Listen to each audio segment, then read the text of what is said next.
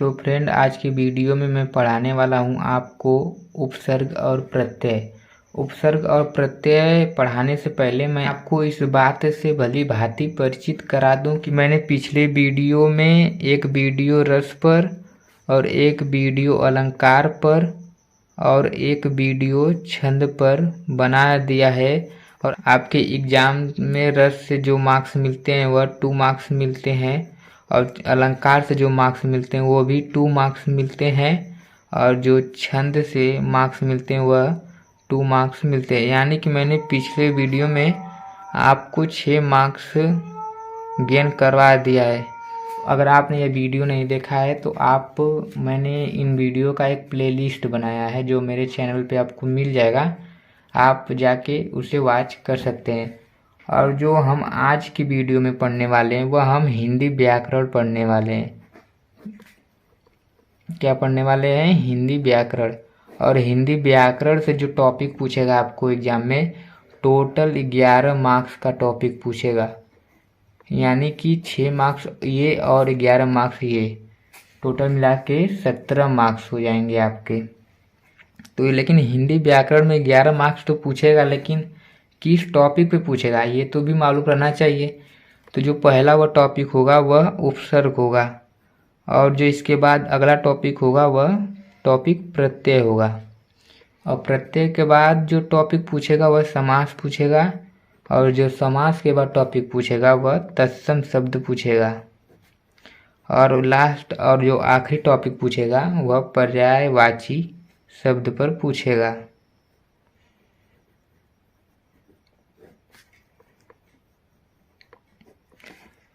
उपसर्ग से जो टॉपिक पूछेगा वह आपको 3 मार्क्स मिलेगा, उस पर आपको 3 मार्क्स मिलेगा। और जो प्रत्यय पूछेगा वह उस पर आपको 2 मार्क्स मिलेगा। और जो समास पूछेगा उस पर भी आपको 2 मार्क्स ही मिलेगा। और जो तत्सम शब्द पूछेगा इस पर भी आपको 2 मार्क्स मिलेगा। और जो पर्यायवाची शब्द पूछेगा इस पर भी आपको 2 मार्क्स मिलेगा। देखिए 2, 2, 4, 2, 6, 2, 8, यानी कि इन टॉपिक से 8 मार्क्स और प्लस ये 3 मार्क्स, टोटल मिला के आपको हिंदी व्याकरण से कितने मार्क्स मिलने वाले हैं? 11th मार्क्स मिलने वाले हैं। आज की वीडियो में हम जो मार्क्स गेन करेंगे वह 5 मार्क्स गेन करने वाले हैं, क्योंकि मैं आज की वीडियो में केवल आपको जो बताऊंगा वह उपसर्ग और प्रत्यय होगा। इसके बाद मैं अगला वीडियो समास पर बनाऊंगा और फिर इसके बाद मैं अगला वीडियो तत्सम और पर्यायवाची शब्द पर बनाऊंगा। चलते हैं हम अपने आज के टॉपिक पर। आज के टॉपिक में जो पढ़ना है हमें वह पढ़ना है उपसर्ग। और उपसर्ग से मैंने आपको बता दिया कि 3 मार्क्स मिलेगा आपको। और ये जो मार्क्स मिलेगा वो आपको क्या करेगा? उपसर्ग दे देगा, या तो वो 3 ठो उपसर्ग दे देगा और वो बोल देगा कि इन उपसर्गों का एक एक शब्द बनाइए, या तो एक ही उपसर्ग देकर वह बोल देगा कि इन पे 3 ठो शब्द बनाइए। मतलब कि आपको टोटल या तो 3 ठो उपसर्ग का एक एक शब्द बनाना होगा, या तो एक उपसर्ग का 3 ठो शब्द बनाना होगा। और जो आपको मार्क्स मिलेंगे वह 3 मार्क्स मिलेंगे इस पर। तो हम सबसे पहले पढ़ेंगे उपसर्ग। उपसर्ग क्या है? उपसर्ग, जो उपसर्ग बना है वह 2 शब्द से मिलकर बना है। एक है उप और है जो दूसरा वह है सर्ग। उप का जो अर्थ होता है उसका अर्थ समीप होता है। उप का अर्थ क्या होता है? समीप। और जो सर्ग है इसका जो अर्थ होता है वह होता है सृष्टि करना। क्या होता है? सृष्टि करना। यानी कि अगर हम इन्हें मिलाकर परिभाषा अपना बनाएं तो परिभाषा जो बनेगा वह बनेगा कि वे वर्ण या समूह जो किसी मूल शब्द के समीप आकर, क्या? वे वर्ण या वर्ण समूह जो किसी मूल शब्द के समीप आकर उसके पहले जुड़कर, ध्यान से सुनिए, वह वर्ण या वर्ण समूह जो किसी मूल शब्द के समीप आकर उसके पहले जुड़कर उसके अर्थ में परिवर्तन कर देता है। क्या? कोई शब्द होगा उसके आगे वह जुड़ जाएगा और उसके अर्थ में क्या करेगा? परिवर्तन कर देगा। तो हम क्या कहेंगे उसे, तो उसे हम उपसर्ग कहेंगे। समझ में आ रहा है अब आपको? आप बस इतना समझिए कि कोई आपको शब्द दे दिया जाएगा और उसके आगे जो उपसर्ग बोलेगा उसी को लगाना होगा। देखिए मैंने यहाँ पर पहले से ही राइट कर दिया है। जो हमें टॉपिक पढ़ना है वो क्या पढ़ना है, प्रत्यय एवं उपसर्ग पढ़ना है। और उपसर्ग दो शब्दों से मिलकर बना है, एक बना है उप और जो दूसरा शब्द है सर्ग। उप का जो अर्थ है वह क्या होता है, समीप, और जो सर्ग का अर्थ होता है वह होता है सृष्टि करना।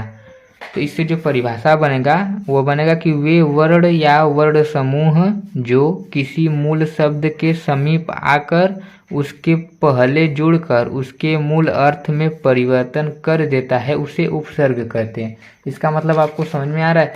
इसका मतलब कि आपका कोई शब्द होगा और जो उपसर्ग होगा वह उसके आगे जुड़ जाएगा, और वह जब इसके आगे जुड़ जाएगा तो वह क्या करेगा कि उसके अर्थ में परिवर्तन कर देगा। वह जो पहले होगा वह नहीं होगा, उसका परिवर्तन हो जाएगा। जैसे में आप देख लीजिए नाथ। नाथ क्या है, यह एक शब्द है, लेकिन इसके आगे जब मैंने अ उपसर्ग लगा दिया तो क्या हो गया, अनाथ। अनाथ का मतलब कि जिसका कोई भी न हो ना। तो ये नाथ का मतलब कि एक तरह से आप ये समझ लीजिए कि जिसके सब हो ना, और जब इसके आगे मैंने अ लगा दिया तो ये क्या हो गया, अनाथ। अनाथ का मतलब यही हुआ कि जिसका कोई न हो।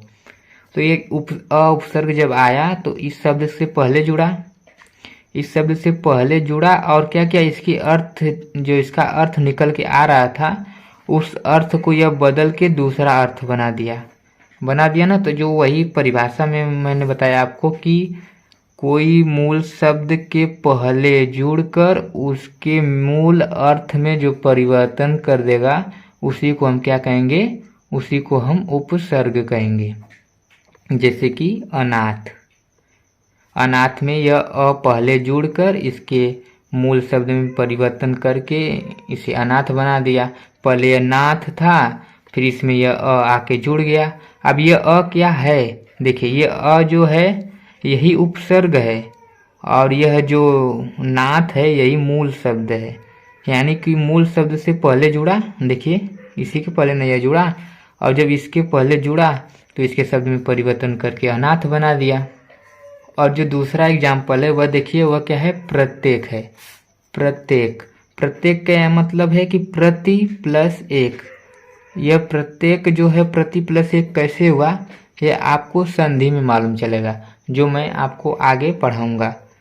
तो यह जो प्रत्येक है यह क्या हुआ कि पहले एक था, पहले क्या था, एक था, और यह जो प्रति उपसर्ग है यह क्या हुआ कि इसके आगे आकर जुड़ गया, और जब हम इसे इसमें जुड़े तो यह एक नया शब्द निकल के आ गया। इससे वह शब्द निकल के आया प्रत्येक। यानी कि प्रत्येक यानी कि एक एक, हर लोग, हर प्रत्येक लोग बोलते हो ना कि प्रत्येक लोग, यानी एक एक लोग। प्रत्येक का मतलब क्या हुआ, एक एक लोग। लेकिन पहले क्या था कि यह पहले एक था, क्या था पहले, यह पहले एक था, पहले एक था, लेकिन जब हम इसमें प्रति उपसर्ग ऐड कर दिए, क्या किए, जब इसमें हम प्रति उपसर्ग ऐड कर दिए तो इसके शब्द में क्या हुआ, परिवर्तन हो गया, और इसका जो अर्थ निकल के आया वह निकल के आया प्रत्येक। अब प्रत्येक का मतलब आपको मालूम है कि एक एक, पहले तो केवल एक था, लेकिन जैसे ही उपसर्ग लगाए एक एक हो गया ना। तो यानी क्या हुआ कि यह मूल शब्द के पहले जुड़कर उसके अर्थ में क्या कर दिया, परिवर्तन कर दिया। तो इसका जो परिभाषा है वो आपको समझ में आ ही गया होगा। तो अब चलते हैं हम इसके कुछ ऐसे एग्जाम्पल जो आपके एग्जाम में पूछे ही जाते हैं, और वह एग्जाम्पल जो है वह एकदम मोस्ट इम्पॉर्टेंट है आपके एग्जाम के लिए। देखिए जो प्रत्यय है वह, यह सब जो है यह सब प्रत्यय है। क्या है, यह सब प्रत्यय है, और इनसे जो शब्द बना है वह देखिए, जैसे अन प्रत्यय लगा तो अनपढ़ हो गया अनमोल, अनदेखा, अनजान, अनभिज्ञ, अनहोनी। तो इसमें जो प्रत्यय बना देखिए वो कौन सा, अरे यार सॉरी प्रत्यय बोल रहा हूँ मैं। इसमें जो उपसर्ग लगा है वो कौन सा उपसर्ग लगा है, अन लगा है। इसमें अन उपसर्ग लगा है, और इसमें जो उपसर्ग लगा है वो कौन सा लगा है, अन लगा है। और इसमें भी अन उपसर्ग लगा है, देखिए इसमें भी लगा है, इसमें भी लगा है, इसमें भी लगा है। आपके एग्जाम में इसी प्रकार के देखिए दे देगा ना, ये इसी प्रकार का उपसर्ग देगा आपको और बोलेगा कि इससे आप क्या करिए 3 ठो शब्द बनाइए। अगर एक उपसर्ग देगा तो बोलेगा कि इसे 3 ठो शब्द बनाइए, या तो क्या करेगा 3 ठो उपसर्ग देगा और बोलेगा एक एक शब्द बनाइए इनसे बनने वाले। तो मैंने एक से अधिक जो शब्द बना दिया है, क्योंकि अगर ये आप एक बार देख लेंगे तो आपको दिमाग में क्या होगा, ये सेट हो जाएगा कि आपको किस प्रकार बनाना है ना। तो मैंने अन उपसर्ग पे जो मैंने शब्द बनाया हुआ है अनपढ़, अनमोल, अनदेखा, अनजान, अनविज्ञ, अनहोनी। और अगला जो उपसर्ग है वह क्या है अप, और अप पे जो शब्द बनेगा देखिए अपकार, अपवाद ना, फिर यहाँ पे अपकीर्ति, फिर यहाँ पे अपराध, अपव्यय, अपमानित, यह अप पर बना। अब जो अगला है वह क्या है अनु, अनु पर जो उपसर्ग बनेगा वह बनेगा अनुयायी, अनुभव, अनुग्रह, अनुशासन, अनुसार, अनुवाद। अगला जो प्रत्यय है वह है अधि, और अधि पर जो शब्द बनेगा वह क्या होगा अधिकार, अधिनायक, अधिभार, अधिगुण, अधिकरण। और सु से जो बनेगा वो होगा सुकर्म, सुधार, सुकवि, सुगम, सुलभ, सुशिक्षा। और जो अगला उपसर्ग होगा वह अभि है। अभि से जो शब्द बनने वाला है वह क्या है अभिलाषा, अभिप्राय, अभ्यागत, अभ्यागत। देखिए अभ्या, इसका जो आप संधि विच्छेद करेंगे तो इसका जो संधि विच्छेद बनेगा वह बनेगा अभि प्लस आगत। तो अभि प्रत्यय हो गया ना। संधि विच्छेद करना मैं आपको आगे के वीडियो में बताऊंगा। फिर क्या हो गया यहाँ पे अभिमान, अभियोग। और जो अगला उपसर्ग है वह है परि, परि से जो शब्द बनेगा परिणाम, परिचय, परिक्रमा, परिमाण, परिपूर्ण, परिवहन। और जो अगला उपसर्ग है उप उपसर्ग है, और इससे जो बनेगा वह बनेगा उपकार, उपनाम, उपवन, उपचार, उपप्रधान, उपस्थिति ना। अब जब अ उपसर्ग लगाएंगे तो क्या शब्द बनेगा अहिंसा, अत्याचार, अनाथ, अविश्वास, अलिखित। और जब आप सह उपसर्ग लगाएंगे तो क्या बनेगा सहमति, सहचर, सहपाठी, सहयोगी, सहोदर, सहकर्मी। और आप जब फिर इसके बाद प्र उपसर्ग लगाएंगे तो क्या बनेगा प्रहार, प्रसार, प्रख्यात, प्रयोग, प्रचार, प्रमुख। और जब आ उपसर्ग पर आपको शब्द बनाना होगा तो क्या बनेगा आदान, आगमन, आजीवन, आरक्त, आक्रोश, आभार। और जब आपको निर उपसर्ग पर शब्द बनाना होगा तो क्या बनेगा निर्मल, निर्जल, निर्दोष, निर्भय, निर्जीव, निर्मल। तो यह जो उपसर्ग हैं इन्हीं उपसर्ग में से आपके एग्जाम में देखने को मिलेगा, और इन उपसर्ग से आपको क्या करना होगा शब्द बनाना होगा।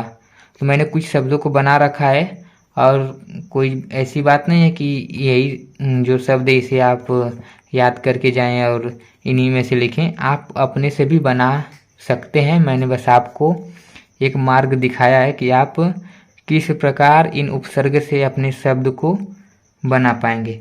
और आपको बस इतना याद रखना होगा कि उपसर्ग जो है वह क्या होगा आगे लगेगा, जो शब्द होगा उसके आगे लगेगा। अब हम पढ़ेंगे क्या प्रत्यय। देखिए प्रत्यय क्या होता है। प्रत्यय शब्द जो है वह यह भी क्या है कि दो शब्द से मिलकर बना है। एक जो शब्द है वह है प्रति, और जो दूसरा है वह क्या है अय। प्रति का जो अर्थ होता है वह होता है साथ में। प्रति का क्या अर्थ होता है साथ में, और जो अय है इसका अर्थ होता है बाद। इसका मतलब यह है कि जो मूल शब्द होगा उसके क्या करेगा यह बाद में जुड़ेगा ना। उपसर्ग में क्या होता था, उपसर्ग में जो हम जोड़ते थे वह क्या करते थे आगे जुड़ते थे ना। कोई शब्द दिया रहता था और उसके हम आगे जोड़ते थे, और लेकिन हम प्रत्यय में क्या करेंगे कि जो शब्द दिया रहेगा उसके पीछे जोड़ेंगे ना। तो सबसे मस्त आपको तरीका मैं यही बता पाऊंगा कि प्रत्यय उपसर्ग में बस एक ही अंतर आप सीख लीजिए। आपको ये सब नहीं याद करना है कि प्रत्यय दो शब्द से मिलकर बना है, प्रति प्लस है, ये सब मैं बस आपको समझा रहा हूँ। और इसे याद करने का कोई मतलब नहीं निकलेगा, क्योंकि एग्जाम में जो है आपको शब्द देगा और उसमें आपको प्रत्यय उपसर्ग जोड़ना होगा, या तो वह प्रत्यय उपसर्ग दे देगा, उससे शब्द बनाना होगा। बस ये एग्जाम में आपके पूछेगा। तो बस आप इतना याद रखिएगा कि जब उपसर्ग देगा और बोलेगा कि इससे शब्द बनाइए, तो क्या करना कि आप जो शब्द बनाएंगे उसके आगे वह लगा देना ना, जो वह उपसर्ग देगा उसके आगे लगा देना, तो क्या हो जाएगा कि यह उपसर्ग बन जाएगा। और जब प्रत्यय बनाने के लिए कहेगा तो क्या करना कि आपका जो शब्द होगा उसके पीछे लगा देना उसे। बस इतना ही आपको करना है। क्या करना है? उपसर्ग में आगे लगाना है, प्रत्यय में पीछे। लेकिन एग्जाम में आप फिर भी कंफ्यूज हो जाएंगे कि यार उपसर्ग में आगे लगाना था कि प्रत्यय में पीछे लगाना था ना। तो सब बस इतना ध्यान रखिएगा कि उपसर्ग में कौन बड़ा है लिखने में। देखिए उपसर्ग लिखने में बड़ा है कि प्रत्यय? देखिए प्रत्यय इतने से में ही लिखा गया, लेकिन उपसर्ग को देखो तो इतना बड़ा लिखे ना। यानी कि हम एक तरह से ऐसे कर सकते हैं कि देखिए एक, फिर आधा, फिर दो, फिर एक, तीन, यानी कि यह जो उपसर्ग है यह 3.5 है, एक तरह से ऐसे बोल सकते हैं। और ये जो उपसर्ग है यह क्या है? 1 2 3 4 4.5 ना, 4 4.5, यानी कि यह जो है यह 3.5 है और यह क्या है? 4.5 है। और आपको मालूम है कि यह ज़्यादा है, तो जो ज़्यादा होगा वह आगे होगा, जो कम होगा वह पीछे होगा। आप इस प्रकार से भी याद कर सकते हैं, बाकी आपकी मर्जी आप किस तरह याद करेंगे। लेकिन मैं बस आपको इतना बता दूं कि अगर उपसर्ग होगा तो वह आगे लगेगा, और जब प्रत्यय होगा तो क्या लगेगा? पीछे लगेगा। ठीक है। तो प्रत्यय का जो परिभाषा है वह है कि जो मूल शब्द के बाद में जुड़ने वाला शब्द या अंश क्या कहलाएगा? प्रत्यय कहलाएगा।